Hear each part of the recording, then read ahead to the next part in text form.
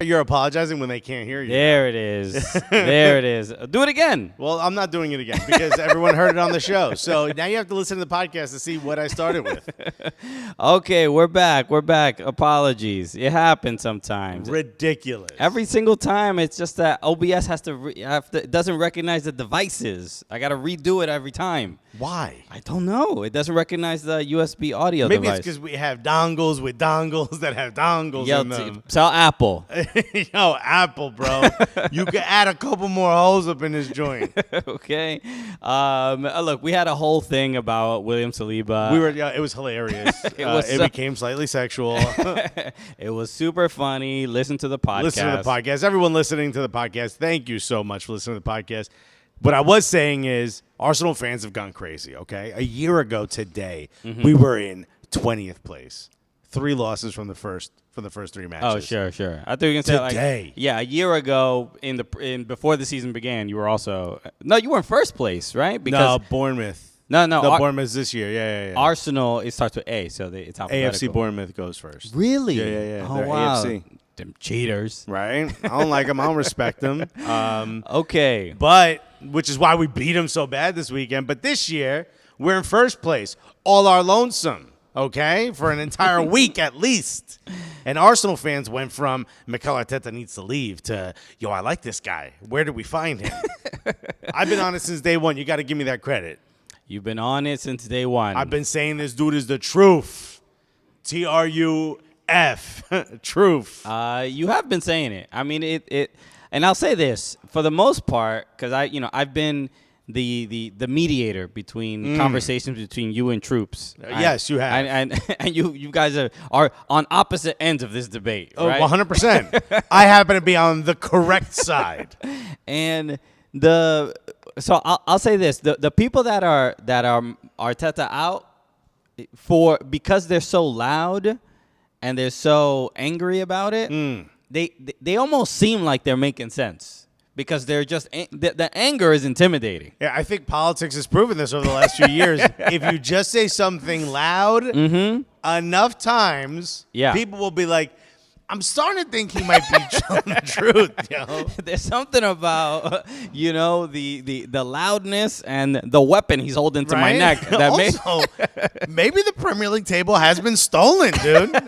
We should go to the FIFA offices. For real. So when you are like, I've been supporting Arteta since day one, I'm just like, who's this cornball supporting this man? Why are you supporting a man like this? Ew, yo, why you believing in people, dog? All of a sudden you got faith in another human being? Get out of here with this nonsense. You weak as hell, my G. So you think he could do a better job than you could do?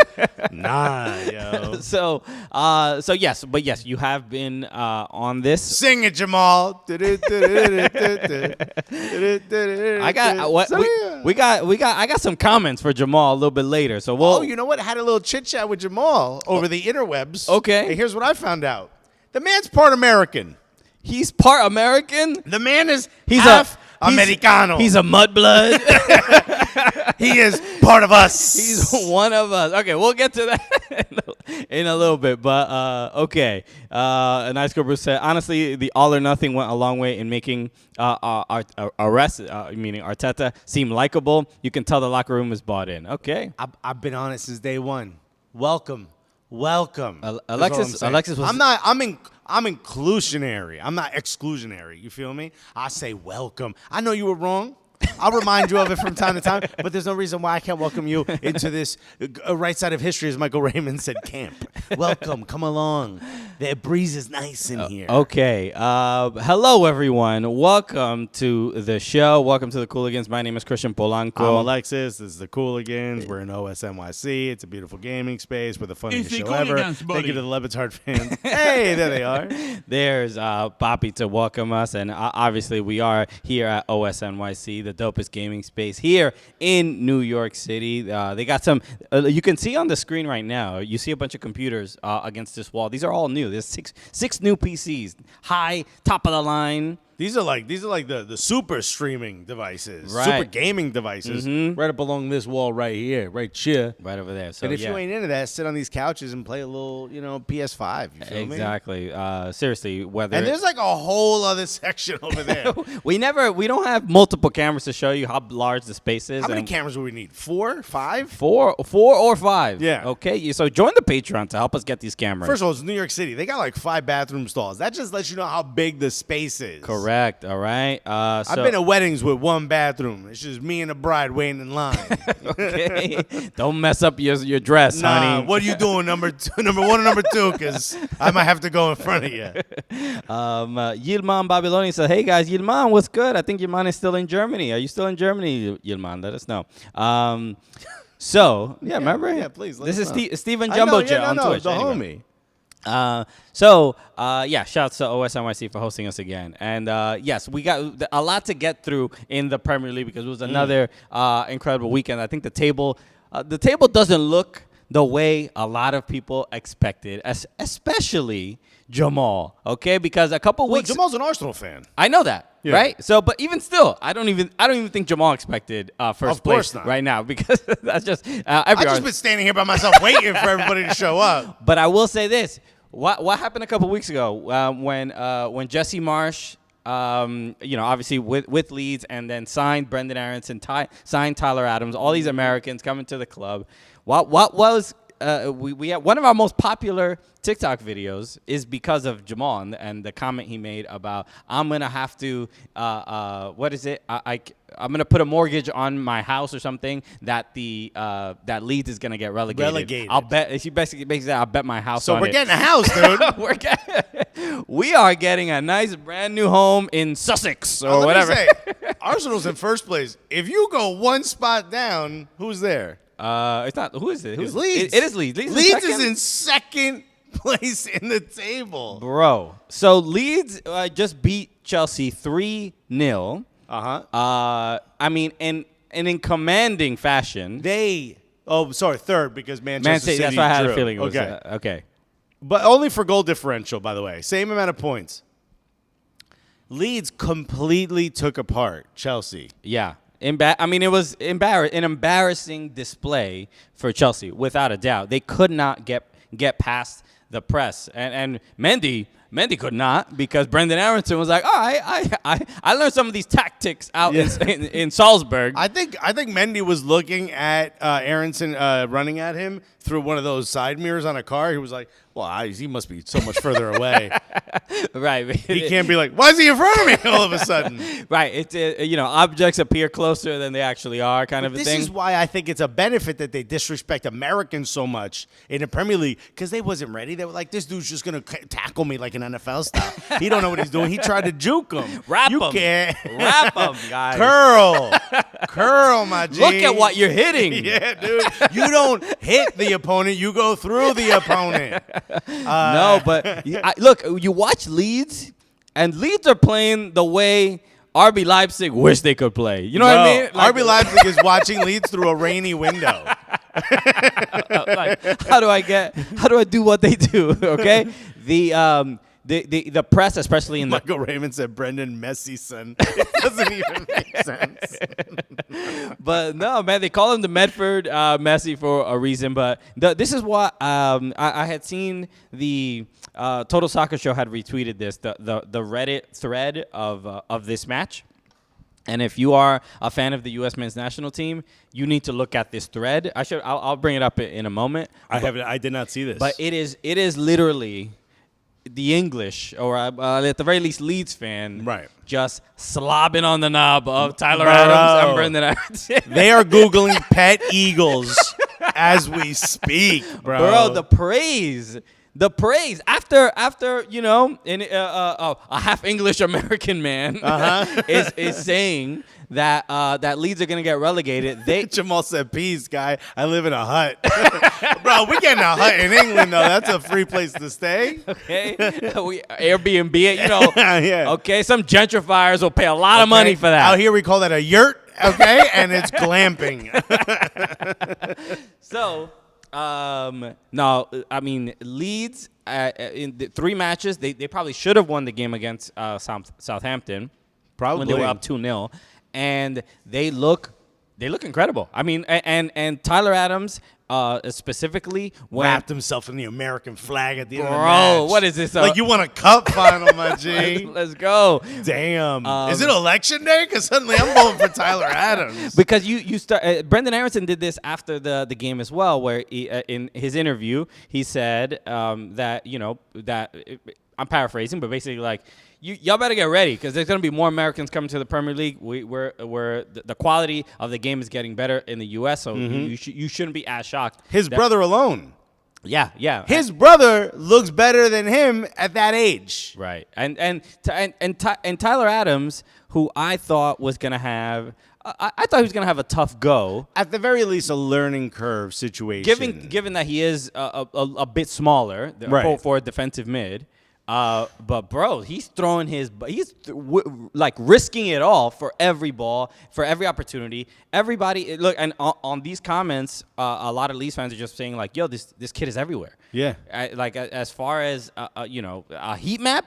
The heat map is... It's just a fire emoji with 2 goals at the end of it, bro. It's just literally taking up the whole pitch. Bro, what was he doing in goal? He's just everywhere. And it's kind of surprising because he really wasn't that dominant. And I don't want to use the word dominant so casually, but he wasn't really this... He didn't make this much of an impression. I'm glad you brought this up. In Bundesliga. I'm glad you brought this up because I happened to see an interview with Tyler Adams where he talked about why he made the decision to go to the Premier League when he did, and sort of taking into account the last few seasons he had in Bundesliga. And he said, dude, Jesse Marsch came into my house, talked to me, and said, this is our plans, blah, blah, blah. He goes, and truth be told, we had a really difficult conversation where he basically told me, here's why you are where you are, and here's what you need to do to get back. And he goes, the reporter goes, get back to what? He goes, back to being a beast, being who I was. Wow. Being an animal. He said an animal, and he kind of laughed. Bro, that's what we're seeing. That's literally what we're seeing. The Tyler Adams I remember from MLS, that's who you're getting. And I know for people that are fans of the European game, you're confused by what I just said. Don't be, because in MLS, this is what he did. He was a bit of a destroyer. He was everywhere. He pressed. He wouldn't leave you alone. He was smart. There was a time where you couldn't tell if he was a central defensive midfielder or a right winger or right wing back, right back, because he was one of those people that could stop you, but also he could start the attack. Yeah. He gets into spaces. Dude, the way. No one's crazier than Marcelo Bielsa, right? No one wants you to run harder than Marcelo Bielsa. No one wants you to press harder than Marcelo Bielsa. This is a smart press. This is a different thing that Jesse Marsch has instituted in Leeds, and he's doing it. Look, are they going to be in top 4 all season? Probably not. They're going to go through some periods. They're not the deepest team in the world. That said, enjoy it now. And shouts to Jesse Marsch for just being the most American he possibly could be every time a goal He scored. did that air hump, bro. The only thing missing is air guitar with his leg. It's the only thing missing of him being a white dude from the Midwest. He was doing, Ace Ventura, like, yes. Yeah. I thought he was going to burst out of his Allbirds. You feel me? That dude is a stepdad at a soccer game. Yeah, look, for in that second half, I thought Leeds was probably going to falter a little bit. Because first half press, you got the energy. Everybody's like hype for it. Right. Brendan Aronson gets that goal. You're like, all right, this is working. I'm all in. I bought into what the coach's philosophy. Second half, we're all human beings. We get tired. We're like, yo, coach, can you? Why is this game so long? Yo, can you just turn it down a little bit? Because my man. How many subs you get? 5? Let's do it all right now. Do it all right now. Because I'm tired. And they or help, us 11 leave. Those 5 come in. Let's see what happens. If Leeds keep playing this way, it's going to require matches like Meslier had, and the goalkeeper just making a couple really incredible saves, and he did that. You're going to need that. The way they play, they're going to leave themselves open. So a team better prepared than Chelsea. And Chelsea, let's be honest, Leeds look great. Chelsea look bad. First of all, I do want to give a little bit of credit before we finish the conversation about Brendan Aronson. Bruh, Koulibaly was following him around the pitch. Oh yeah. He got the early yellow. Or as they call him, Koulibaly, which is hilarious because he has it painted in. Does he? Yeah. His hair is like symmetrically. His hairline goes like this. Anyway, the fact that we got to the point where people were like, "Why do we even buy this kid?" to them saying, "Let's get our best defender on this kid." Yeah. In 3 weeks is huge. Because you saw in the Southampton game, I forgot who was the first. I forgot who the first game against was, where Brendan Arrington got the goal taken away. Tell me about it. He's in my fantasy team. It's very disruptive. But that first game he played great. So the game against Southampton, you could tell Southampton. Wolves. Well, okay. You could tell Southampton were like, all right, watch this kid. Watch this kid. Because let's see if that was a fluke. Chelsea was like, it wasn't a fluke. Yeah. Let's get the big guy we got from Napoli. And that's what I'm saying. Brendan Armstrong looks great, able to get out of tight spaces around a lot of defenders. But the one credit I want to give to Tyler Adams is not only is he a great defender, but and I think where the improvement has come is in winning the ball back, but also making the correct key pass out of that after winning the ball back. So he doesn't make the 30-yard pass to send a winger forward and go 1v1 against the keeper. But he will send a 5 or 6 yard pass that will get it to a midfielder that can make that key pass. But that's what you want. Of course. You want to pass out of pressure. If the whole thing of you got to get I think he does it in 6 seconds. You have 6 seconds to get the ball back. I think that's what what's his face? What's the guy's name? Marsh? Jesse Marsh. Yeah. I think that's what Jesse Marsh's rule is. 6 seconds. Okay. I think. I've never heard that. Sure. Here's what I will tell you. I saw the highlight. I want to rewatch the highlight. So I saw the highlight, and it was Bean's highlights for some reason. And they had Thomas Ronningen talking, and he goes, "Oh, that's not as fast as what we had in NASL when I was with the LA Aztecs." Damn, he bro. Goes, "We had 3 seconds to get the ball back." I'm like, "You had accountants doing coke." Is what you had. There was 6 actual footballers on that pitch, and the rest of y'all were trialists. Yeah, I don't know how strong the argument of the NASL was better. Yeah. Why don't you chill, Tommy R? Okay. All right. I know, watching Johan Cruyff with the Diplomats was fun, but it really wasn't his peak of his career, with all due respect to the GOAT. So Justin Freeberg said Tuchel blamed taking the bus to the game instead of a plane as the reason they took the L. Did you hear about this? I did. But you got to do that. When a bunch of Americans, wait, you saw the bus? Hey, traffic. First of all, I think the fumes were coming into the bus, dog. Did anyone else see that American run? Look, realistically, and I don't know what the details are around this, but Tuchel shouldn't even been at that game. Bro, you saw Jesse Marsh would be like, it'll be disrespectful. Jesse Marsh is, he knows. He's like, yo, I ain't going out like Bob Bradley, bro. I'm going to take all y'all with me. He said, he's like, yo, you get a red card, you miss a game, whether it's called football or soccer. And all right, boom, that's how you get them. Boom, this is what I'm talking so, about, and part of me, after that video and that press conference, I'm like, yo, I'm glad Tuchel was there to see that. He got front row seats. He's like, yo, you like your tickets? Yeah, how you like that handshake, my G? You know he gave him a high five, Jesse Marsh? No, I didn't see a high Didn't five. shake his hand. Didn't shake his hand. Gave him a high five. That's great. Hey, you should have rubbed his bald spot. I know. Hey. Yo, Conte called you a bitch in the group chat, bro. Yo, you real cute, though. That was cute the way you lost to us. Did your rotator cuff her from the handshake? Jamal said, yo, dude, Aronson spun Koulibaly back to Naples. That kid is good, dude. He is rad. What a dude. And he put in the most American accent. I told you he was half American, bro. Okay, good. Now you're speaking our language. I feel you now. Bro, you saw that when they win, they play Born in America, Born in the USA, and they play Hulk Hogan's music. I don't know what it is, but it's Hulk Hogan's music. That's a who's the original singer of that song? I don't know. James Brown. I just know it's Hulk Hogan's Isn't music. it James Brown? That's James Brown's song? I don't know. If you're hearing a wild audio in the background, we're figuring out where it's coming from. Oh. And okay, our back screen is shot. We'll be right back after these technical difficulties. No, I All think good. We're good. We're good. She Footy or Shea Footy says. She Footy. She Footy says. Honestly, Tuchel would have been better off staying in London. Let's go, dude. Look, this is a. How bad? We got to talk about how. We will talk about Arsenal in a second, but how bad is Chelsea? I mean, I wouldn't say they're that bad. I think From what you saw, right now, Raheem Sterling seems like quite possibly their best offensive threat. Well, they got rid of Timo Werner. They got rid of Lukaku. So, I mean, look, all right, Lukaku wasn't scoring a whole bunch. Right. Neither was Timo. But Timo was at least a threat, right? He was missing great chances. He wouldn't get on the end of some crosses here and there, but as far as putting some pace and giving center backs a little bit of trouble, Timo Werner was arguably the best at that. Raheem Sterling, I think, is a little bit better at like maybe 1v1s. Dude, he cuts in.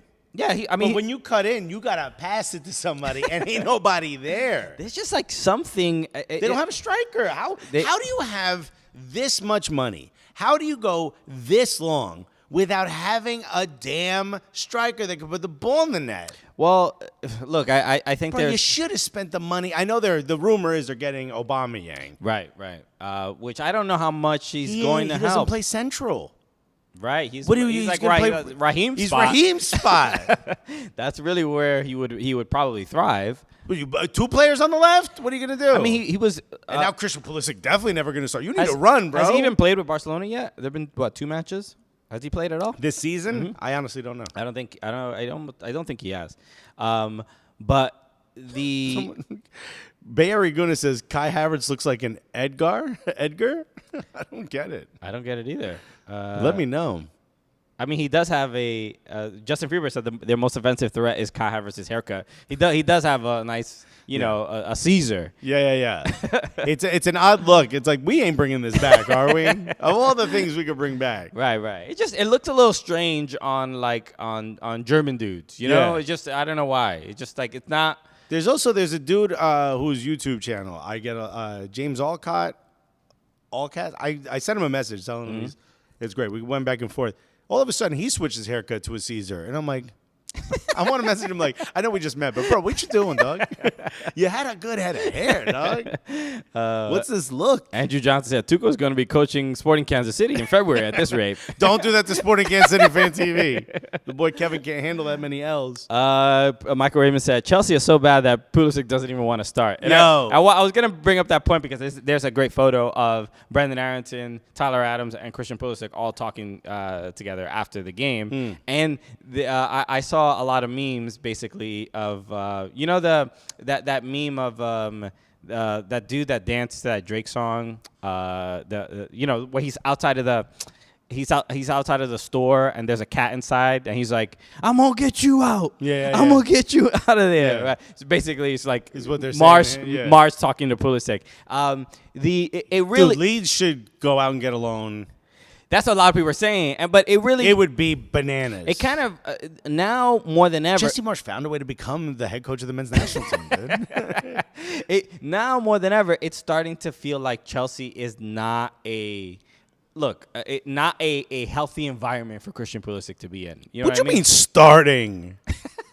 What do you mean starting? It's been happening. I think because of the success of other Americans on other Premier League teams, it's starting to look a little bit more apparent.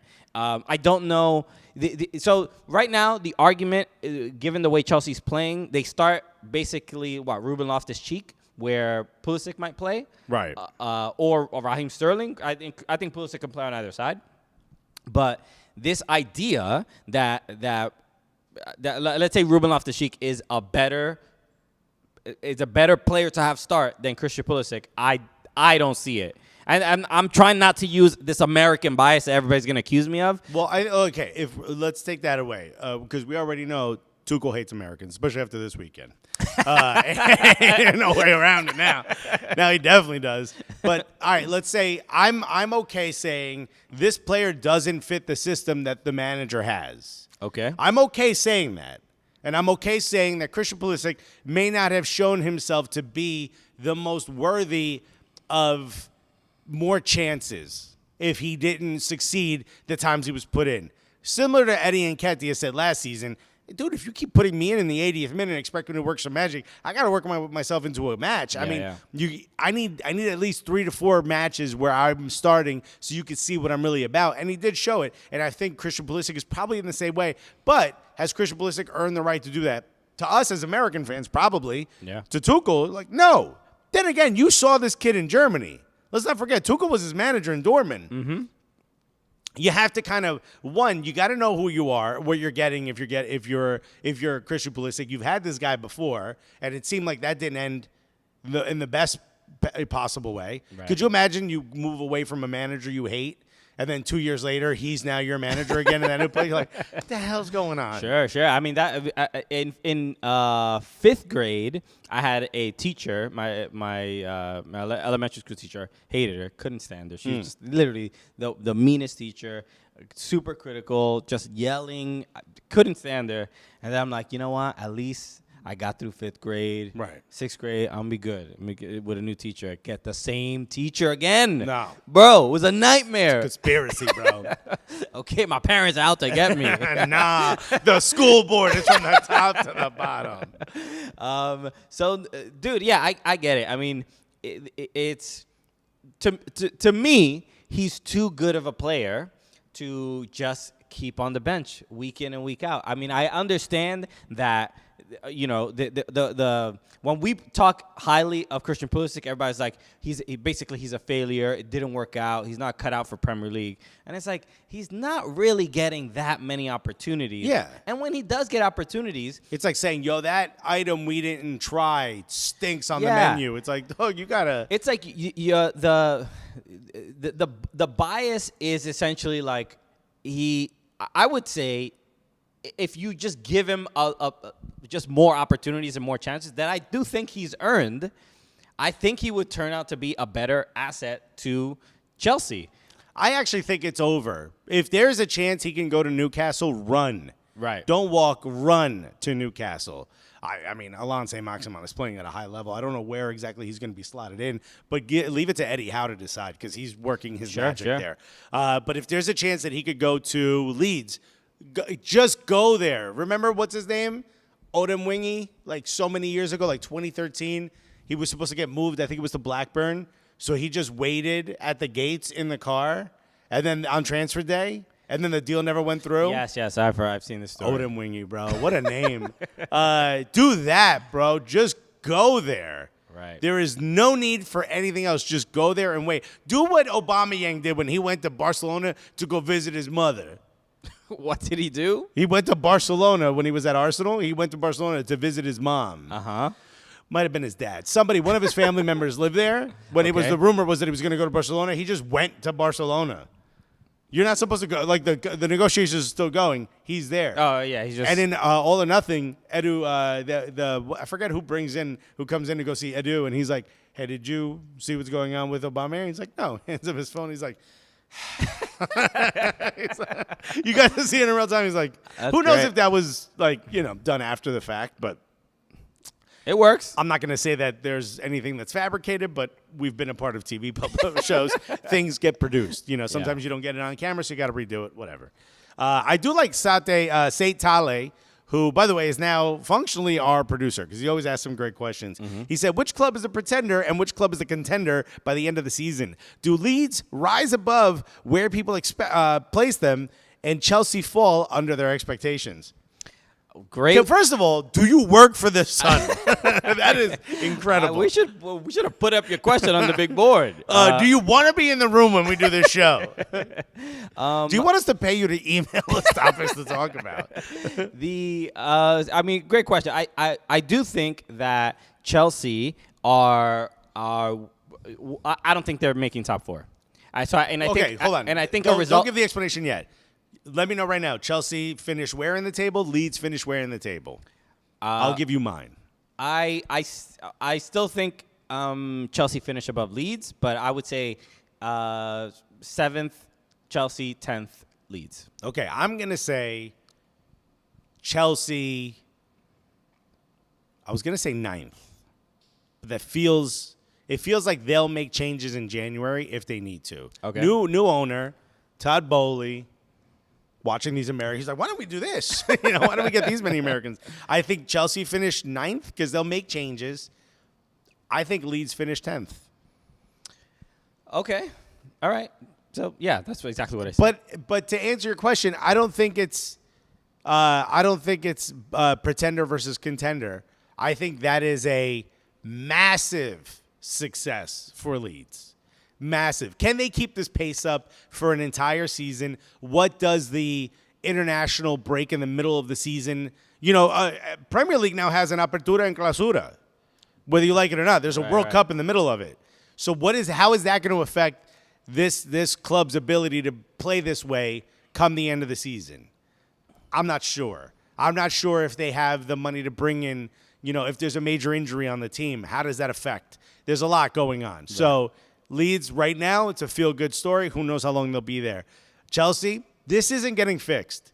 It's shocking to me that year over year, Chelsea went from, we're competing for the title because Liverpool and because City slipped up a little bit. Hey, we have a chance at the title for a little bit to these guys aren't making Europe next year. Right. It's look, I think honestly, I think that the changes that they made were probably a bit drastic. I think getting rid of Timo Werner is not. I don't think it's a great move. It needed to be done. It needed to be done like a year or two ago. I don't know. Getting rid of both of your strikers. Yeah, that's the issue we're talking about here. One at a time. That's basically it. Bro, you can't get rid of 2 wheels on a car. You know what I mean? Yeah, it's just like there's too much business. I think they were operating under, we'll get somebody in time. And it doesn't feel that way by any means. Jamal, who's now the third Cooligan, whether he likes it or not, put Leeds 13th, Chelsea 5th. Psych, Leeds 18th. You got us. Bam. Also, Say Tali said, come to Kansas City and we'll do the show while eating a Z-Man sandwich. Z-Man sandwich might be one of the most overrated barbecue items in the country. Catherine Tucker, referring to Christian Pulisic, said, we have literally a World Cup this year. He should be doing everything he can to play wherever he can. Yes, I agree. What does that mean? That means go to a top club anywhere. Right. It doesn't have. You have less than 100 days to get ready for this damn World Cup. By the time I'm going to say something crazy right now. Whoa! I'm going to say something on this crazy. show. Hold on, here you go. Buckle your seatbelt, will you, buddy? I'm going to say something absolutely wild. I'm going to look in the camera when I do it. When the World Cup starts, Brendan Aaronson's going to be America's best player. Wow. Not captain, because I don't think they'll do it. Brendan Aaronson's going to be America's best player. I mean, some could make that the argument is probably that he already is. That Tyler Adams is already America's. I took into account how well Weston McKennie's playing and Tyler Adams. I took into account all that. There's it's an interesting point where we are now after like the Crimson Pizza put Major Leeds United after the World Cup qualifying cycle and I think where our confidence was and seeing Brendan Aronson score some goals and play well. But I don't know when it comes to World Cup, and this is a whole other conversation. I think my biggest concern is probably at goalkeeper. It's not a concern. We have 2 great goalkeepers. One of them will start. Sure, but only one of them is playing, and how well is he playing or whatever. That's basically my concern. But that's a whole other conversation. We're gonna be fine. Justin Freeber said, "Does that make Aronson the president of the United States?" That's how it works, right? 100%. Okay. Yeah. All right. And this is a highly politically charged show. This show is about how do we convert footballers into presidential candidates. Okay. This is the Cooligans lobby. Everybody knows. Let's talk about Arsenal. Okay. Now, let's not spend too much time. No. Why? They're top of the league. Okay. What are we talking about? They're top of the league. We get it. We talk about Arsenal all the time. Did you watch the game? I did watch the game. What were your thoughts? I'd love to hear but the thoughts of a team that loses. Thanks. A team that's undefeated. I've been saying this since even after the first week and even watching them in preseason. I honestly think Arsenal are the best team in the Premier League right now. They look spectacular. Gabriel Jesus has changed the team and the team's confidence. The fact that a couple 2-3 years ago, people are like, get Granit Xhaka out of my club. And then now it's like, this guy is the linchpin. Yeah. He is the foundation. Where would we be without our uncle? Granit Xhaka. They look incredible. Everybody seems to be on the same page. Honestly, the only thing I would want out of Arsenal and who I think, the player that I think is not meeting the expectations is probably Saka. See, okay. I want to talk about that. But I like that you said that. I'm not even complaining about it because the team is playing well, but I would expect more from him. I will say it is a positive that we are 3 wins out of 3 matches, a goal differential. We've scored 9, only given up 2 clean sheets. We've looked like absolute world beaters, especially against 2 clubs that would have given us so many problems the last few years in Crystal Palace and even in Bournemouth. That said, 2 players that haven't had tremendous. I mean, Odegaard had a pretty great game last match, but I haven't seen moments of absolute brilliance from Saka or really Odegaard up until this match, and we're in first place in 3 wins out of 3 matches. Right. What does that tell you? People were saying that Saka now looks a little bit like a role player. It's like, bruh, he had to do everything on his own. We had no striker last season for the majority of the season. He had to put this team on his shoulders. He is a young man. Let him play the role he's supposed to play, which is do what you do on the right side. And he is killing it. He is doing a great job. Martin Odegaard, absolutely wonderful. I'm not saying he's had a bad start to the season. We just haven't seen those moments of brilliance. But he doesn't need to anymore. He now has people to pass to who know what to do with the ball. Right. Yeah. I mean, Gabriel Martinelli looks like a player that we should right now sign to a new contract that has a $200 million buyout clause. He looks absolutely incredible. William Saliba. Yeah. I said it. Let me talk my shit. Go for it. I said it, and y'all acted like I was crazy. I said it, and Flex was like, he hasn't kicked ball in Prem yet. He hasn't kicked the ball in the Prem yet. And let me tell you something. I didn't need to see it, bruh. I didn't need to see it. I saw everything I needed to see. This man, and someone said it, he might be the best. Saliba is already the best defender in the Prem, says Bay Area Guna. I mean, look, I know Arsenal fans are going crazy. I said it would take until Virgil van Dijk left him. I'm so sorry that I didn't believe in you enough to say it's going to take until the 3rd week of the season. This man looks completely unshakable. This man looks like the rock that the rest of the team is now leaning on in order to keep things normal. I mean, they say he's a little bit of a shy guy. I haven't seen, first of all, I haven't heard new Arsenal chants in a very long time, or this amount of new Arsenal chants. I know we've got the Saka and Emil Smith-Rowe. We've got the Super Mikel Arteta. We've got a couple, but it seems like week after week we've got new chants in the crowd. When was the last time you saw Arsenal away fans chanting the same chant for essentially 45 minutes straight? They really, I mean, it was getting to the point where people were complaining on Twitter. I was about to be like, yo, maybe you should stop. And then he scored. I was like, bring it back, boys. Haven't heard that. This is my jam. Damn. I forgot about this song, yo. Like that lady on the subway. Just like, this is my song. I used to dance to this 20 minutes ago. I forgot about it. Yo, in fact, the rumor is, because no one was able to confirm it, but that the players were chanting it in the locker room after the match. The feeling around Arsenal is at a level I haven't heard or seen probably since I started following the club. But this is what I was thinking when I was watching him, and while the away fans were singing his song relentlessly. You were probably thinking, yo, Alexis been right. No, I was thinking, why? If they had Saliba last season, y'all would be in Champions League. Yes, but you can't. It's like saying cut up the duck and we'll get all the golden eggs or the goose. It's like he needed that year. And also, maybe there's a bit of a revisionist history going on here. So what I'm about to say, take with a grain of salt. Maybe in the long term, what happened to us last season will be part of the reason why we succeed moving forward. Maybe this super young core and group of players needed to get so close to that brass ring and just miss out. To have that chip on their shoulder for the rest of their career to be like, yo, that ain't happening again. Maybe we needed to miss out. Maybe if Saliba's there and makes a couple of mistakes because he's so young, maybe it's not exactly what we needed. So, yeah, maybe if Saliba was in, maybe if we had a striker, maybe if Eddie Nketiah would have gotten more starts. There's a billion ways we could go back and look and say, blah, blah, blah. Maybe if we would have won one of those, if we would have won one of those first 3 matches, we would be in Champions League. There's a lot of things we could go back, but I don't care about the past. I am so excited Saliba is here right now. I said it. I'm going to keep saying it.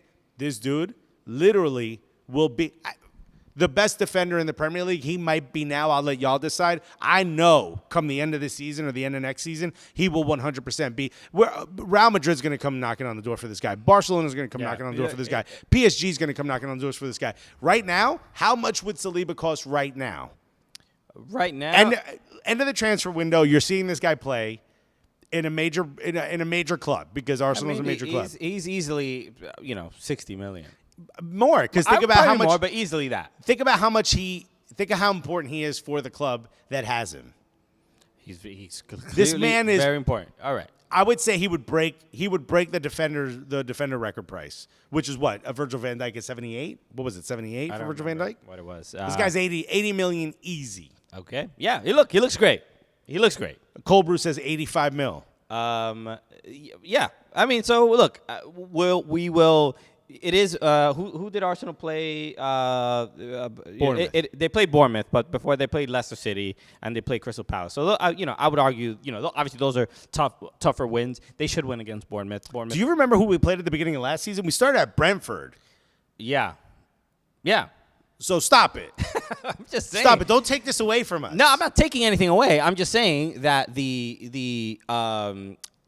Look, if you're not paying attention to last year, then we're not paying attention to last year, right? But the first we can talk about the progress. The first 2 wins are you should beat Bournemouth, just like you should have beaten Brentford last year. We dominated. And not only did you beat Brentford, but not only did you beat Bournemouth, but you dominated. Arsenal dominated that game. So, yes. So that's what we expect. That's what you expect from a team, for whatever, a top 6 team. How many top times? 4? Sure. Okay. How many times have we said, "Oh, this player's going to take a little while to fit in"? Blah blah blah. Gabriel Jesus looks like he's been on this team for years. Arguably, look, he was already coached by Arteta when he was at Man City. Look, like we don't have to. Don't notice the asterisk. I'm just saying. From all accounts, the stories of how Gabriel Jesus got to Arsenal were like the seeds were being planted. I think Arteta was probably planting the seeds while he was still coaching at Man City. He's just like, hey, damn, you good. You'd also look good in red. I'm just saying, you might want to look out. Look out for an email from me. I believe it was something like over a year where they were already tossing the plan, the project of Arsenal to him. Leroy Sané, who again hates Pep Guardiola, but when interviewed, he said, how he developed so greatly under Pep. And he goes, don't give any other credit to Pep. He's like, I work day in and day out with Mikel Arteta. My progress is because of Mikel Arteta. That's back in his City days. Yeah. Bro, this guy, when I said he was the right choice, bruh, I mean, have I been wrong about anything? Jesus, how many? You just pat yourself on the back all day? I want a bruise on my back that looks exactly like my hand. That's what I want. Because, look, Arsenal, I would argue, I'll say this. About any club, whoever has the best transfer window is who can you bring in to the club that will add to the chemistry we already have and not. But that's impossible. Most times, a transfer you either adjust for them or you hope they assimilate quickly. Correct. When was the last time you saw a transfer that fit perfectly? Well. Probably Bruno, but when United got him mid-season. That was the last time I saw someone come in and be like, right. Oh, okay. Oh, wow. So, but I would say Arsenal's signing of not only Jesus, but Zinchenko, I mean, it's like they've been playing for the club for years. And that's what you have to give credit to Arteta in making these decisions. He has already worked with these guys and says, I already have a system here that I know I can plug these guys in, and their personalities will gel with everyone we already have. So that's why Arsenal are clearly so successful, and Arteta has done that better than any manager in the Premier League right now. Remember, Zinchenko, when he was being rumored, it was sort of very quick that he was both rumored to be coming to Arsenal, or at least being looked at as a target for Arsenal, and signing. Very quick. There was a lot of other wingers that were being rumored to be going to Arsenal. And for years, Arsenal was always being used as, well, Arsenal wants them, so their price is going up. For years, Arsenal was being used that way. I'm starting to think. I just want to say this, that people are saying about players that fit in immediately, and Luis Diaz for Liverpool. Diaz. Yeah, good example. That's a great example. Great example. Right. Sorry, I forgot that. But I'm starting to think the one thing about Arsenal is Edu and Mikel Arteta have been very quiet. There's not a lot of leaks going on about transfer targets. Things have come out because maybe other clubs have been, communicated with, but no one knows exactly what's on their target list until they've made until they reach out to those other clubs. I'm starting to think one of the things that makes them so smart is that they've put out a lot of false rumors to keep a lot of people entertained and keep their real targets out of the conversation. Because if you think about it, Zinchenko, by the time he was rumored, the deal was almost done already. Right. It was like all of a sudden it popped up. Oh, they're looking at Zinchenko. We were like, what? Zinchenko? Oh, it's done? Came out of nowhere. The photos of him in preseason already. He's He's already in the stadium. Like, well, duh, he's sitting next to a dude, But think about it. In the past, they've been rumored, Yuri Tillemans. Who knows if that'll ever happen? I hope it does, dude. If we get 2 more signings, we are guaranteed a Champions League spot. But there's all these rumors of all these players that we've been looking at, Gakpo and all these, and none of these things ever happen. But it seems like the transfers we do, boom, as soon as we say them, it's like the deal's halfway negotiated already. Same thing with Gabriel Jesus. Okay. Yeah. Look. Kind of crazy. Smart. Yeah, they're doing a great job, and clearly the 3 wins out of 3 is a good start. And Luke Sturgio says, yeah, and no one knows because Alexis ain't no snitch. I ain't saying shit, dog. I ain't talking to you. You the cops, Christian? I ain't saying nothing. I will say this. We do need to talk about this. I completely forgot what I was going to ask. Okay. We definitely need to talk about it. Yeah, it's clearly important. That's why Alexis remembered it. Damn. What was in my brain? I don't know, but Cold Brew's hitting right now. We'll get to it when we get. Camilo Garcia mentioned that Maguire went for $80 million. Okay, so I guess that clearly, I'm assuming that's the record.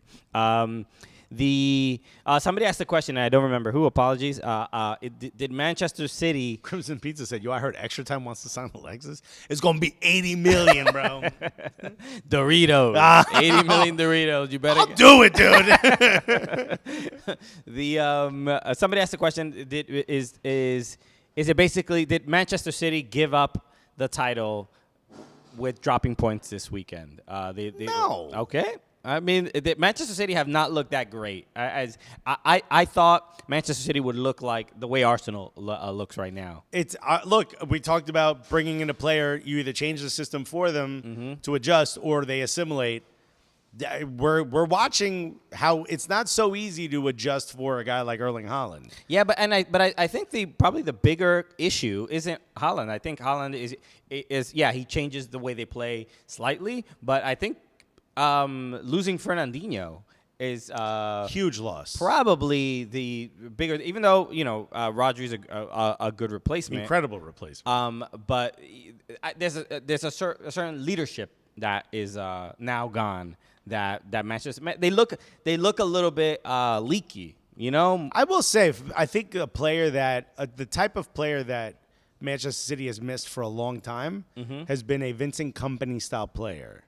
Right. I like the fact that Arsenal Manchester City have this sort of flair to their squad, but you do need that one strong man. It still is the Premier League, you know what I mean? Right. And I think even in Champions League, you need a player like that who says kind of like if you watch All or Nothing, the way they've kind of painted Granit Xhaka to be, where every time they go into the locker room and things haven't gone incredibly well, he's the one who's the loudest. Come on, boys, that was disrespectful. That was disgusting. Everybody get your head in the game. That kind of guy. You need someone who's going to hold the rest of the squad accountable. Right. And I think that's one of the big things that they need to find, or maybe promote a player who is that. You would expect it to be Phil Foden. He's a kid from that area. He's a lifelong, fucking blue. Like, you'd expect him to be the guy who's like, hey, we don't play like that here. And everyone's like, no, speak English, but. Of course, yeah. There's Nick Red said, everyone is missing a Vincent Kompany type player. Yeah, it'd be nice to have, those once-in-a-generation players. Burnley he got Burnley playing, bro. How is Burnley doing? I haven't kept up with. Yo, they're moving the ball around. They're not the old Burnley anymore. Good for them. Ben Jaskolnik said Gunny going wild with the rumors. Just the Gunny, man. They were gonna say that KDB assist was fire. Yeah, dude. I mean, the for them to come back in that game is huge. But the fact that they were even just down, I think they were down 2 goals. They were down 3-1. It's just not ideal. I mean, like Newcastle's a different squad. Though. They do look good though. I'm another hot take. Yo, we going crazy, bro. This is cold brew. This is a cold brew show, dude. Can we get a cold brew sponsor for this show? Why is there cocaine in his cold brew? The little white bag. That's azúcar, papa. You want some? Let me tell you right now, another hot take. And this really isn't that crazy of a hot take, but of all Manchester United's faults, their biggest fault was not sacking Ole Gunnar Solskjaer earlier, so they could have been the ones to sign Eddie Howe. Eddie Howe was the manager of this club. You would not have what is happening today at Manchester United. This man is literally the perfect manager for Manchester United. First of all, he's English. I know how much you guys like that. I know how much you just absolutely love it. Huge fans of the home team. It honestly creates a bit of a grade curve. You almost can't fail, and the way he has this team both playing and how drilled down this club is, these players should not be this good, dude. Well, look, that last season before to survive, yes, to play this good, to put City on the ropes, but there's something to be said about like when before the new owners. Eddie Howe was struggling. He was just like, bro, I don't know what to do with these guys. Why you got me on this? Eddie Howe was like, why you got me managing this bum McCloud group? Like, Eddie Howe from North London, bro? These them are not doing it for me. Man ain't doing it for man, bro. And then as soon as the money came in, I don't know why he saw his bank account. But they spent, bro, they bought Chris Wood. This got nothing to do with money. But they spent like 40 mil on Chris Wood. But all right, but they didn't need to spend all that. You buy a house that was burnt down. It's gonna cost you a little bit to get a living room. You feel me? But they had clearly some money to work with, and I think because but you can't. But they got financial fair play. They couldn't spend crazy. But they got hold on, and that's where I want to correct you. They could spend crazy because their last owner didn't spend at all. So that's why. No, they've spent pretty much as they can. Right, but it's still way more than other clubs, even clubs at above them or whatever, can spend because they didn't spend money the previous 3-4 years. But what I'm saying is they can't go and buy Ronaldo. They can't go and buy Mbappe. They spent 40 mil. What did they spend? They spent I forgot how much it was. But they brought Bruno Guimaraes. They brought incredible purchase. Right. Kieran Trippier. Chris Wood, bro. Chris Wood. But Trippier. That's a center back. That's not a striker. That's a center back. Even Trippier is going to get you at least. I mean, he got a free kick. Chris Wood couldn't get into Vincent Kompany's Burnley side right now. But getting Trippier is you're guaranteed. I don't know what 3-4 free kicks, goals. Alain Saint-Maximin made Walker look 55 years old. I mean, this is Walker. Remember when we were talking to Aleko? I think we talked about this last week about when you play against an unpredictable, somebody who's unpredictable, an unpredictable defender. You don't know how to approach them. Yeah. Alain Saint-Maximin is an unpredictable offender. Human being. He's unpredictable in front of his closet. He's unpredictable. You've all seen that it became a meme of him just dancing around the ball, doing salsa around it. The dude he's a little goofy. He's a little weird. But that's, all right, to be able to harness that. Right. And use those powers for good. Eddie Howe. This is all him. Newcastle should start chiseling the statue now. So I don't know, but the idea of him being the Manchester United manager, He would have solved all of their problems. No. The team is lacking discipline. Eddie Howe has given Newcastle discipline. The team is lacking direction. Eddie Howe has given Newcastle direction. Manchester United is lacking leadership. Eddie Howe is your leadership. They failed not getting Eddie Howe. Eddie Howe would be their Mikel Arteta. Okay, hold on. Before, Lucas, we'll talk about Manchester United in more detail, but this idea that the problems with Manchester United are going to be resolved with one particular manager are absurd. They've tried it too many times. It's not the manager It's exclusively. not one particular manager. It's, Eddie Howe need the right manager. would not fix the rot that is currently at Manchester United. As we speak right now, there is some march, some protest before the Liverpool match. They're supposedly going to walk out of the game, or they're going to try to storm the pitch. People are frustrated. They're going to insurrect Old Trafford. How many times do you guys have to break into Old Trafford, bro? Bro. How many times before they fix this? Okay, Manchester, Old Trafford's going to be the new Zuccotti Park, all right? 100%, bro. Okay. They're going to occupy Old Trafford, bro. You're going to have to do that at this point. There's no one manager that's going to fix these problems. There is the right manager for the job. I'm not saying Ten Hag isn't it. He's right now is this type of purgatory he's in. Bro, when your greatest player of club history of all time in that club, the greatest striker you've ever had in that club, says, I'll reveal all in 2 weeks. Bro, don't be doing a media tour. And why 2 weeks, We gotta wait. We gotta wait for your autobiography. What is going on? Bro. Why you're doing a book tour? It's it is. This is a failure from the top to the bottom. I will continue to say that the Glazers pulling money out of debt and all that, it's a financial system used in America that is very difficult to understand. He is not saddling the club with more debt. If anything, they are increasing the value of the club. However, that has nothing to do with the mismanagement of the club, which it has been until Woodward left and probably still being mismanaged. It has nothing to do with the feeling around the club. You could see it in All or Nothing that it wasn't until Josh Kroenke showed up. This was the way it was edited, so who knows? It wasn't until Josh Kroenke showed up that there was a bit more accountability and there was an understanding that, okay, like the owners are a part of the plan with us. They're here with us. So I'm not saying that the Glazers are free and clear of any blame in any way, shape, or form. They probably should at this point sell the club. And I will say that if they do pull 60 milli or whatever it was, like 600 million, whatever the number is, out of the club before they sell, bro, they should never be allowed in England ever again. They should be tried for something. It is an absolute disgusting thing if they do that.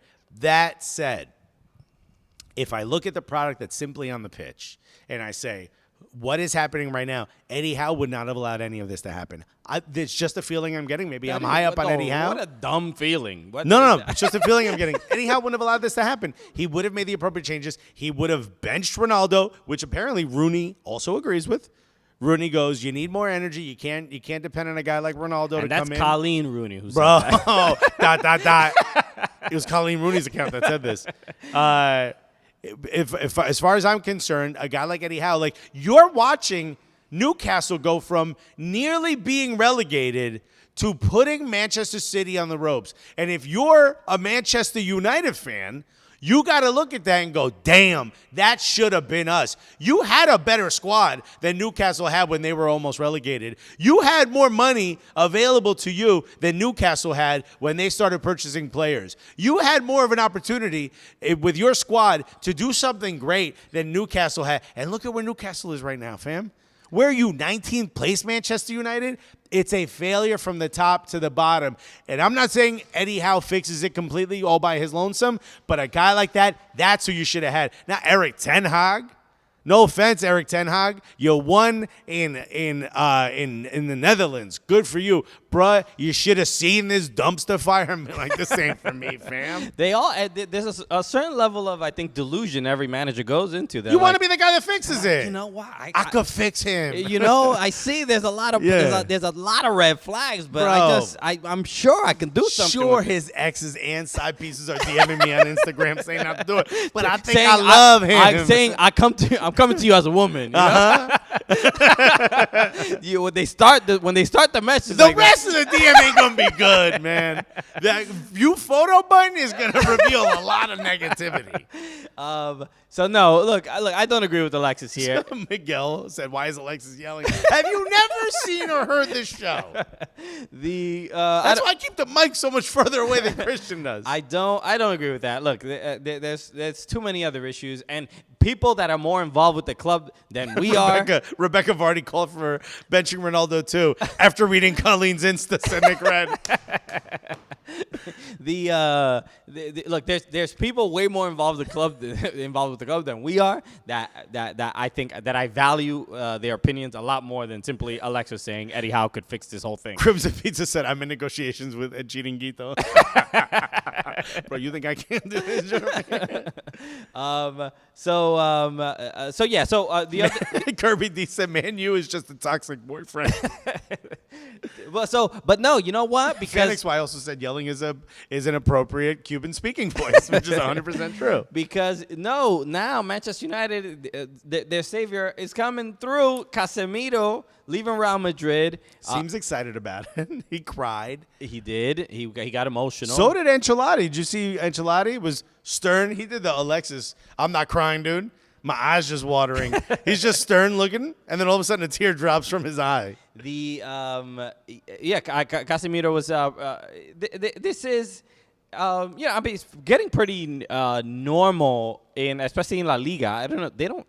They don't do exit interviews, right? With in Premier weird. League, right? It was like this was like a press conference. Going away, yeah, it's a big deal. They did the same thing. Remember Sergio? They put all the trophies out. Sergio Ramos had. Yeah. He posed with like his kids. When Messi left, and so it's fairly for the legendary players. You do something. Club like legends. Yes, and Casemiro is an important player. I don't know if he would reach legend status. I mean, look, obviously lots of how many Champions League? 5. Do you want to go? Would you want to go if you're Casemiro? So this is the thing, right? Because the fans are accusing him that he's leaving because of money. But he's only getting paid marginally more per week. Right. I think they said something 375. But he's like 30, and so when the bid came in, Real Madrid were like, oh, okay.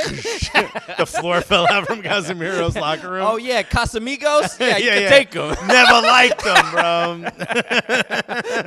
He's all yours. He's packed up. He's in the luggage. Like, why am I in the luggage? No, they saw a good deal. This is. The Premier League is, yes, the most popular league in the world, has the best quality, has the most money. From high risk, high reward if you're Casemiro. Right? But this is why I just want to point out. It's just that when a Premier League club is down bad, every other club in every other country is like, yo, okay, I see you struggling out there. Bruh. I just want you to know that we got a couple options out here that can help you. Hey, I know you don't see prices on anything, but everything's for sale. So, you say the number first, and then we'll respond. So it's now, there's a little bit of a feeling now, especially this transfer window, January as well. Wait, do you think Manchester United is getting jacked right now? They have no choice. They have no choice. But isn't Casemiro worth that much? He not at realistically. There is for a club like Manchester United to pay that much for there's a premium because we're this late in the transfer window. This late in the transfer window, everybody knows. We see the results. We all have phones. They have phones in Spain too, and they see what's going on in England. They hit the Google Translate button, and they're like, "Oh, okay. Oh, they talking about us?" I see they're storming Old Trafford. I think they might need a little bit of help. Yo, Ancelotti whispering in Chouameni's ear. I always believed in you, bro.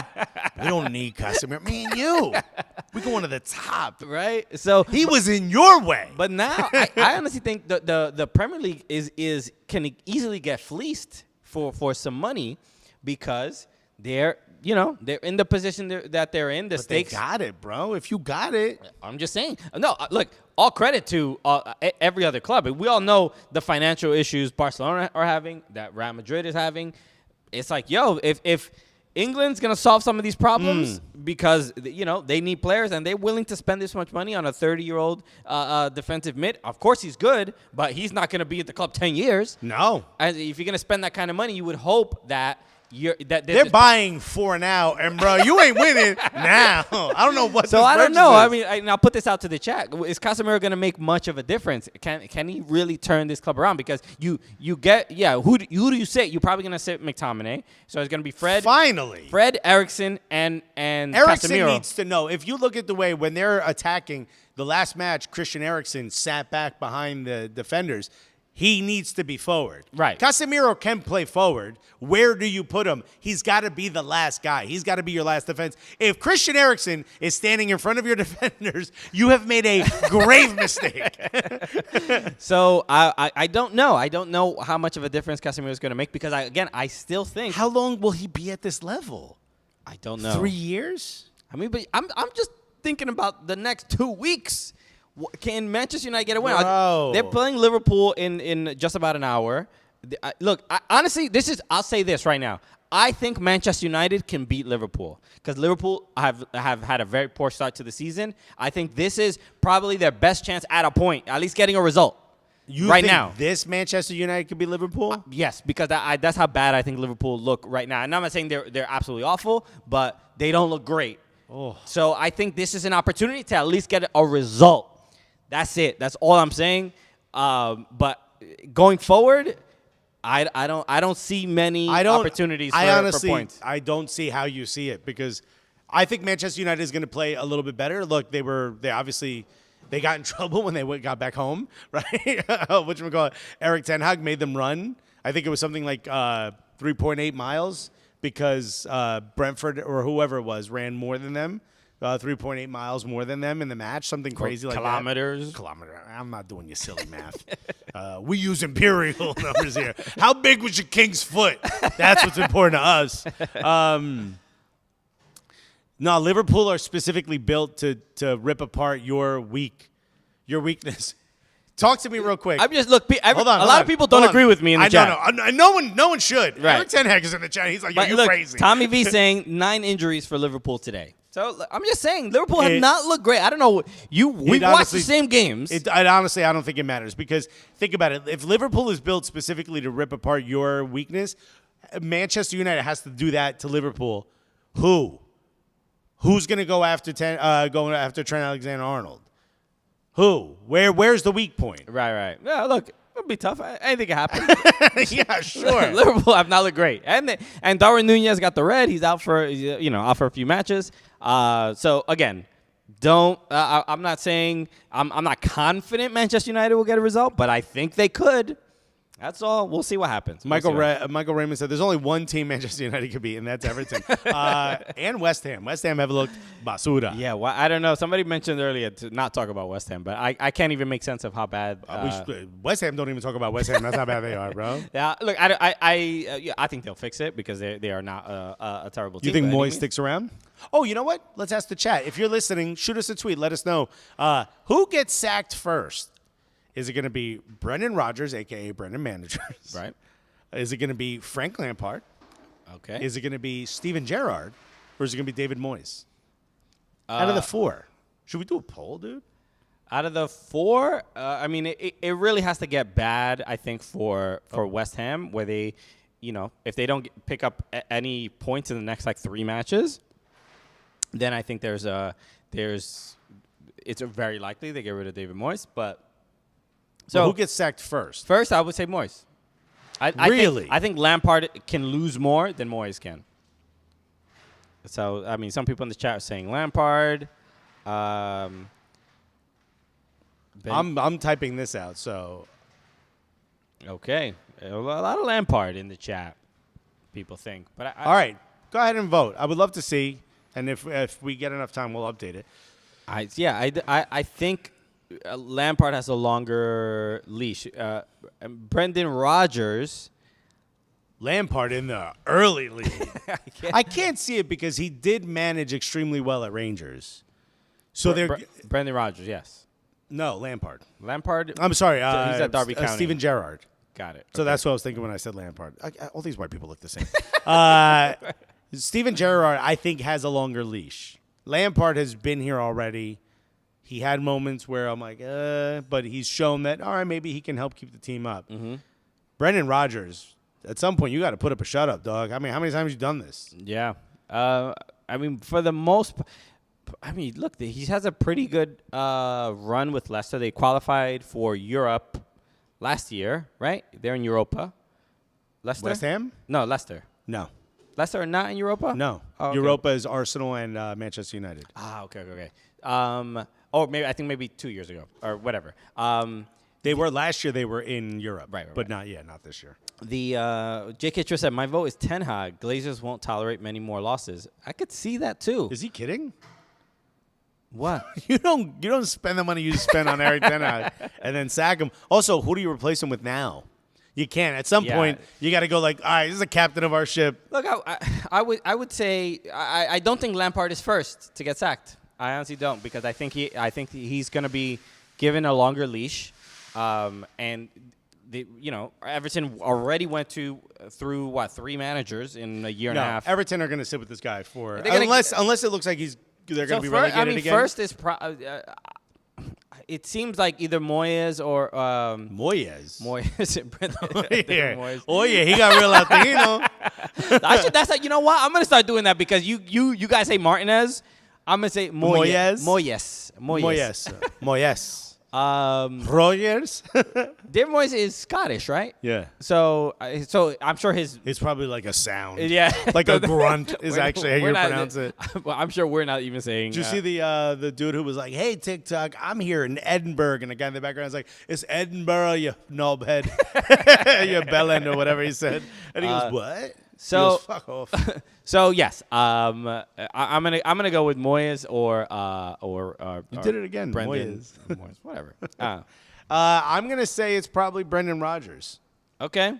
That's my pick. All right. I just don't think Leicester's talking about making a signing now, which some people are saying is possibly because they actually did make they actually have sold Yuri Tielemans to Arsenal, and now they're ready to make a purchase. But they haven't purchased anyone, so you can't be mad at them if they don't do well. But how much longer is Jamie Vardy going to hold on? You know what I mean? Right.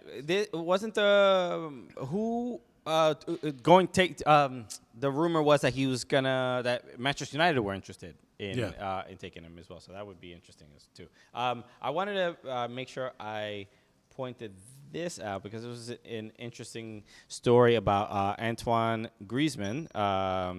My favorite black man, Antoine Griezmann. Shouts to Nigerian scandals. Shouts to Tosin. Because the homie, my favorite person of color, Antoine Griezmann. This is weird. Not weird. This is the right thing to do. This is pretty hilarious. So there is a clause in his loan from Barcelona, because obviously he was a Barcelona player last year, got loaned to Atletico. Went back to Atletico Madrid, and there is a clause in his deal that if he plays more than 30 minutes, if he plays 30 minutes or more in any match, it triggers a $40 million payment of some kind to Barcelona. Mm-hmm. Atletico does not want to pay this. It says either they don't want to or they can't. They can. They can. I'm sure they have the money. I'm sure they do. They ain't gonna. So, and I don't know the specifics of, is this for at any game in the season, if he plays 30 minutes, is it immediately triggered? I don't know the absolute specifics, but as of right now, Atletico in it's not 30 minutes. It says here 50% of the time he's available. Si juega el 50% del tiempo que está disponible. So I don't. I read another tweet. I think there's more. There's more specifics here. Okay. So basically, they are saying that if in the first 2 matches that he's played, he's only played 29 minutes. He specifically only played 29 minutes. So it appears that the 30-minute mark is. Or he has to average 30 minutes in order for it to... Maybe. A lo menos por partido. So there's an average. There's an average, okay. So it's not like once he hits 30, they pop bottles in Barca. So 30. So he can't play more than 29 minutes in any game. I'm sure France national team loves this too. Right, because then he can prepare for the World Cup. He won't have a lot of minutes against them. He won't get burnt out. Less likelihood that he's going to be injured. But to do this, because obviously this is going to hurt the team. Antoine Griezmann was incredible for Atletico before he went to Barcelona. He got ruined at Barca. He 100% got ruined at Barca. Well, at the very least, it didn't work out the way they planned it to, because obviously Barcelona. No, they like a man who doesn't do the right job. He ate up the good years. You know what I mean? Barca ate up Griezmann's good years. Dude. I mean, he was there 1 year and a half. He wasn't there that long. I mean, he was also kind of old when they bought him, wasn't he? Isn't he like 30, 31? I don't know. He looks like a kid. That's the problem. He looks like a kid in blackface, which is really the problem. But this is an interesting approach because he's 31 years old. Yeah, the end of his peak was at Barca. So there isn't you know this is gonna hurt the team in some way. A nice cold brew said he's an unserious player. Shouts to Tosa. You know that this is gonna. If I was a manager, I would want to have Antoine Griezmann on the pitch for as long as I possibly can. But to do this because they did get rid of Suarez. Yes. But to do this, does it feel a little like irresponsible? Because it's like, will this affect results on the pitch? And can you get those 40 million back by guaranteeing yourself a Champions League spot, or can they qualify for Champions League without Antoine Griezmann? It just seems a little risky, in my opinion. Well, that was going to be my point. If putting him in for more than 30 minutes and triggering this better be worth 40. So why not wait till the end of the season? Yeah, or at least I guess after the World Cup. That seems to be maybe what that's the what I mean. Is, and see towards the second half of the season. Yeah, because all right, we got to run because they're about to have a meeting in this room, so we got to go. Okay. A couple things before we bounce. I want to make sure everyone, if you're listening to this podcast, there are people who listen on Apple Podcasts and maybe didn't see the feed update or not seeing the new episodes. Obviously, if you listen on Apple Podcasts, you're not hearing this right now. But if you're watching on YouTube or any other platform and you listen on Apple Podcasts, make sure that you subscribe to the new feed on Apple Podcasts. Also, I don't care if you listen to us on Apple Podcasts or not. Go to Apple Podcasts and leave a review, which would be great. Obviously, 5 stars. And make sure you hit the subscribe button. Everything got to get refreshed. So Apple's treating us like a brand new show right now. So we have no reviews that we had almost 800 reviews before. Dude, and now, we've been around for forever. And now we only have 1 at the moment. So please go right now. You can see it. You're seeing it on the screen. Go to Apple Podcasts right there on your Apple Podcasts app. Look up the Cooligans. Make sure you subscribe and leave 5 stars and leave a review. Please leave a review. We had like 15,000 before, bro. We had about 42,000 reviews, and they're all gone now. So what are we going to do now that we're missing the 65,000 reviews we had before? So this is obviously because we've moved over to Meadowlark and the Leopard and Friends Network. So it is a brand new feed. So please leave a review right now. And also subscribe on YouTube if you have not already. We would appreciate the support. We're almost at 5,000 YouTube subscribers. We're on our way. We're just like maybe 400 or 500 away. So help us get there. Okay. We're about 4,000 or 5,000 away. We're so close to 100,000, bro. So help us get there. You can see I put up the little the subscriber goal. We got 1 subscriber so far during this stream, but so I mean y'all are slacking. Hit the subscribe button. We could do more. Exactly. Okay. Anything else before we go? Carlos Sanchez says leave funny review, guys. If you leave a funny review, we'll read it. How about that? We shall. There was I did see one review that we had, a new one, and it just said the shutdown full cast of soccer podcast. I'm here for every minute of it. I hope that's a good thing. That is a good Shutdown full cast is also on the Leopard and Friends Network. They're the college football show. So if you like college football, go check them out as well. Okay, so the anything else before we wrap up? Y'all the absolute best. Thank you so much for tuning in. We'll be back tomorrow, 1 p.m. Eastern time, with another new live podcast. We'll talk about everything happening in MLS and NWSL. Washington Spirit just fired their coach. church. Yeah, it's about damn time. Literally, I mean, they won the championship, and they're like, you know what? And We're tired of winning games. And they pulled a Brandon Rodgers. But thank you for everybody who watches and listens. We got a bunch of cool stuff planned for World Cup. Stay tuned. Obviously, if you're in Gully Squad, you get to hear it first. And thank you to every member of Gully Squad and all the new members of Gully Squad. We absolutely love you. If you haven't joined yet and you're thinking about it, you might as well do it. You get a bunch of great content. It's a lot of fun. Okay. Ivan Escalante, how slow do you upload on Apple Podcasts? No, we don't upload slow at all. It's No, we use a dial-up modem. Subscribe to the new feed on Apple Podcasts. All right, everybody. You hear the audio version of this the next morning. Correct. All right, everybody. Thank Love you so you much guys. for tuning in. Thank you so much. And as always, It's the Cooligans, buddy. all right, everybody. Peace. Love you.